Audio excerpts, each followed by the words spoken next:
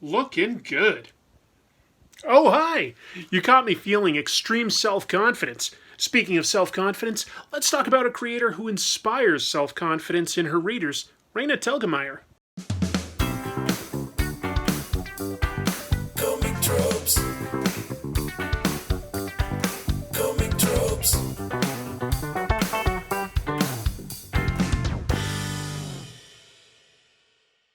Hello, welcome to Comic Tropes. I'm your host, Chris. A lot of comic book readers out there have expressed concern about the future of the industry that they love in light of the challenges faced by the current pandemic. And it's true. There are going to be changes to an industry that has traditionally been resistant to change. Comic book shops and monthly superhero comics have proven especially vulnerable. But comics as a medium won't go anywhere, because it's an art form. It will find a way to adapt just as radio has evolved into podcasts and TV has evolved into streaming services. Something like Superman, it's an intellectual property that won't disappear. Webcomics and manga are strong, and so are graphic novel sales. With that in mind, I believe that the subject of today's episode, Raina Telgemeier, represents the possibilities of the future. With her perseverance and her ability to connect with her audience, she represents a new path forward. With 18 million copies of her books in print across 22 languages, Raina Telgemeier is the future of comics. Before we continue, please consider hitting like and subscribe on this video, and without any further ado, let's get into it.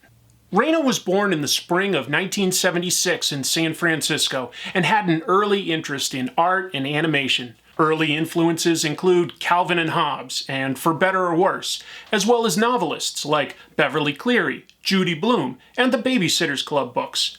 She eventually attended New York's School of Visual Arts, graduating in 2002. Raina began self-publishing autobiographical comics like Takeout and contributed short stories to anthologies like Flight and DC's Bizarro World. Another early self-published book was Beginnings, which was all about Raina's dad introducing her to the Japanese manga Barefoot Gen. That manga follows a kid, Gen, and his family in the wake of the Hiroshima bombing that came at the end of World War II. It was a big influence on Raina. The self-published comic books in Raina's early career represent that perseverance. She made her own opportunities. And a good indication of that was in 2004, she met an editor from Scholastic at an art gallery. And thanks to her work, she was then invited at the 2004 San Diego Comic-Con to pitch ideas to that guy's boss, David Saylor. He was the creative director for Scholastic. Scholastic was just about to launch a new graphic novel imprint in 2005, beginning with Jeff Smith's Bone. In their conversations, Raina told Scholastic how she had been a big fan of their Baby-sitters Club books when she was growing up. Since Scholastic already owned that property, Raina was hired to write a graphic novel version of the Teen Babysitters, and the first of 4 graphic novels she would produce for them began in 2006. With the advances Scholastic paid her, Raina was able to quit her day job and focus on comics full-time in 2008. That year, she began publishing a webcomic on Girl-O-Matic.com about her childhood trauma of losing 2 front teeth. This story, Smile, was pitched to Scholastic, accepted, and reworked into her first memoir, Smile, which debuted in 2010. Telgemeier's technique is very regimented and pretty standard. She has explained her writing process as being pretty introverted and structures her workday from noon until 1 or 2 in the morning, with small breaks outside. She begins each project with sketched out thumbnails. Then she moves on to a Bristol board for the final artwork, with a process of Colarase light blue pencil to graphite pencils to inks with waterproof India ink. Then it gets scanned and sent to a colorist where Raina will give her input on any ideas on colors or a color scheme, if it was, say, an evening scene or in a bathroom with fluorescent lights. Speaking about her process, Raina said, quote, "Comics are great because you don't always have to talk with words. You can talk with pictures and symbols. You can use color, you can use lines, you can use the medium to push ideas without having to fully explain them." An example of that can be shown here in her memoir, Guts. The title describes both her intestinal pain in the face of anxiety and the courage she had to face it. Speaking with a therapist who asks her about the pain, the pages become esoteric and dreamlike to convey the pain instead of spelling it out literally in heaps of dialogue. But the main reason that Raina's books sell so well is that she's able to make them relatable by opening up and being deeply personal and honest with her own life story. Her readers are able to connect with those shared fears and anxieties. Smile is emblematic of that. Smile follows Raina's real-life story of getting 2 front teeth knocked out in a simple accident. The fallout that comes from that is a 4.5-year journey through the end of middle school, through high school, where Raina goes through a prolonged series of dental surgeries to try to fix and eventually replace her teeth. Of course, that makes her more visible in a time when kids don't want to be noticed or made fun of. The shared anxiety of learning who your real friends are and learning how to be comfortable with yourself is what makes her story connect with so many. Raina followed Smile up with Sisters about her challenging relationship with her younger sister, who has a very different personality, and last year with Guts about anxiety and courage. The CDC explains that between the ages of 3 and 17, about 7% of kids, or 4 million young people nationwide, deal with anxiety. Obviously, a pretty common topic that engages readers. But on top of her story ideas, it's worth looking at Raina's deceptively simple-looking art style. It's very clean and expressive, easy to read, and the characters are easily distinct from one another, but at the same time feature very open faces. In his book, Understanding Comics, Scott McCloud argues that the reason so many comics and cartoons are popular is because the protagonists follow characters with very open features, which allows the reader to easily project themselves onto the character and relate. Comics can feature any kind of a story, and Raina has proven that autobiographical comics can be just as viable as superheroes. And that's not to say that she has anything against superheroes. Obviously, she did that Bizarro World story I talked to you about earlier. She also, in 2009, co-wrote X-Men Misfits, which was a manga book aimed at young adult readers. So she's dabbled in superheroes, has nothing against them. All she's proven is that there are niches that haven't been explored yet, and there is room for comics to still grow. Raina spoke about her stories saying, quote, "Kids deal with some very heavy stuff, and I learned when I was writing autobiographical stories, the sadder and more introspective I got, the more people could find something to relate to, and the more specific I got, the more universal it seemed." In addition to her 3 memoirs, Raina created the fictional stories Ghosts and Drama.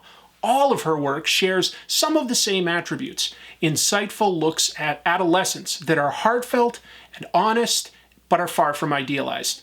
That's contrasted with humor based less on setups and punchlines and more on character work.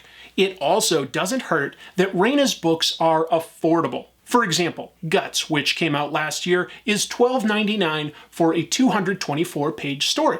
With 22-page comics retailing for about $5, 10 months of stories would equal the same page count, but retail for $60, almost 4 times the price.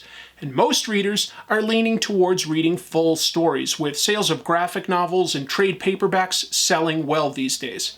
It certainly helps that Raina has made these comics with a publisher that has distribution channels that are more diverse than only comic book stores. You can easily find her books on the shelves at comic shops, but also bookstores and major retail outlets like Target and Walmart.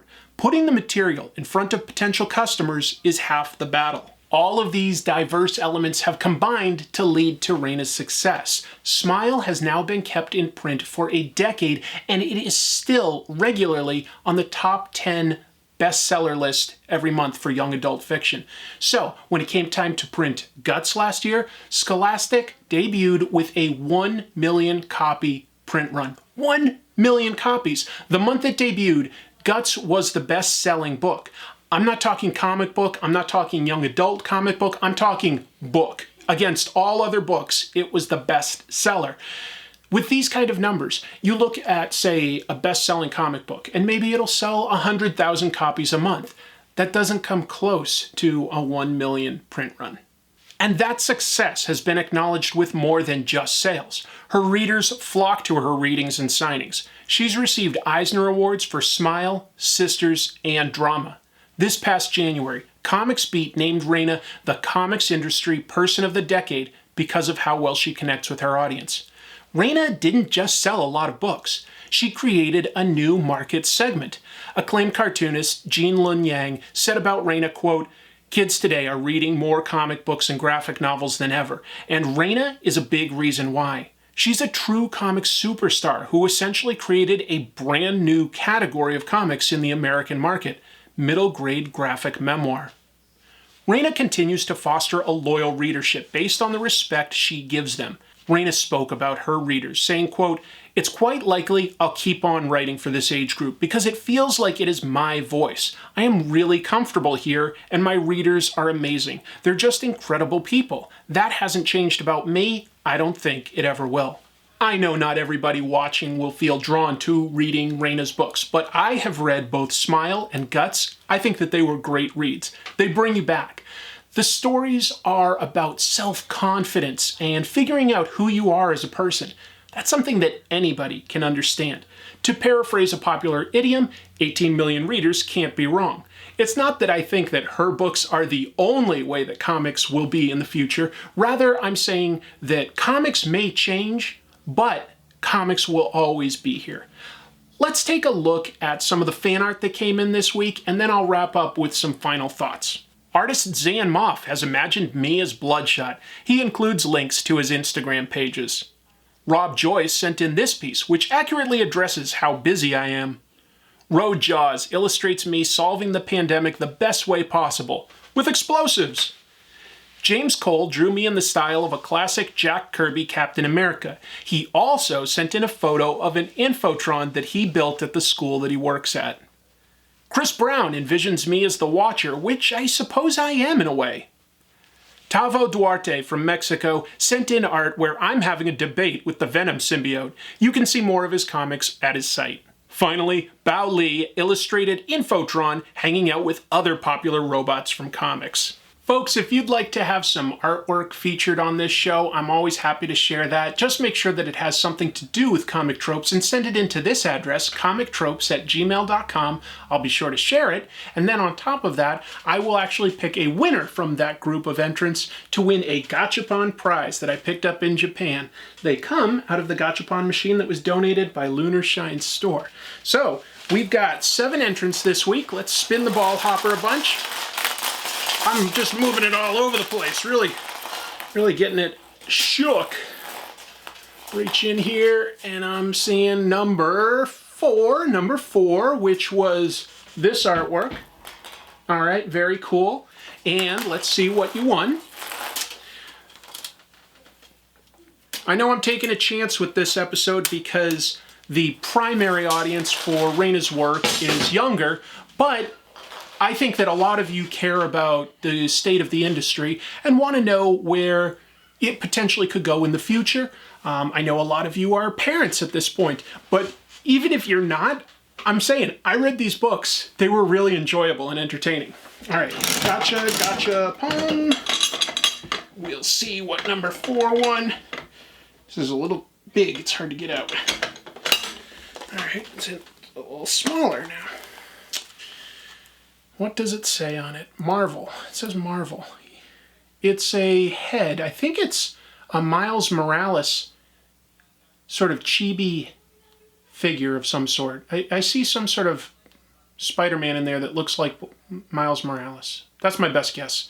Anyway, I will get your contact information, send that your way, and want to let you know that I really appreciate my patrons on Patreon. That really helps make this all possible. You guys have really stepped up in a big way. I want you to know that even if you support at the $1 level, I have a lot of content, like in terms of rewards. At $1, you still get like a weekly blog post from me. I am now doing commentary tracks for bad movies, and I'll do at least one of those a month. So you'd be eligible to get that. And once you do a $25 lifetime donation, I'm sending out these comic tropes enamel pins that I had made up with sort of sparkly red lettering. So I've been sending those out. People will start getting them pretty soon. And yeah, so sending those out, sending out the gachapons. I hate going to the post office, I gotta be honest. I don't like doing that, and I don't love editing anymore. There's actual work involved in these things. But you know what I do like? I like talking about comics, and I like talking about it in terms of making the videos, but I also like seeing people's responses. I love engaging on Patreon, on Twitter, on Facebook. It's really fun to talk to other people that are passionate about comics as a medium. And I think that Raina Telgemeier represents one path forward that's very viable, very popular. I think manga is selling very well. Graphic novels are selling very well. Web comics are doing well. There's so many different paths forward that even if, Marvel or DC ends up having problems, or comic book stores start having financial difficulties, which I can see happening, comics, the creators, and even the stuff that they've created is still here. And it will get to readers in one form or another, whether that means that people have to self-publish or go to bookstores or whatever. There's going to be different ways to get comics out there. And I think that when you look at the numbers, just the sheer numbers of what Raina is doing, and people like her. If you look at her books at Target or Walmart or Barnes & Nobles, big stores, you're going to see other stuff there. I think that there's like Dog Man, Captain Underpants, and stuff like that. So there's a lot of stuff aimed at young adults. But that's great. If we can get them just interested in the medium, all of a sudden then we can introduce them to crime comics and science fiction comics and superhero comics, all sorts of amazing things. The trick is engaging people with the medium, the artistic medium of comics at a young age, and showing them how viable it is. It doesn't hurt that Raina's comics are at a really fair price point. It's really good value. So anyway, just some random thoughts. I've got plenty more, but I guess I can blather on about that online. So thank you very much for watching, and until I see you next time, keep reading comics.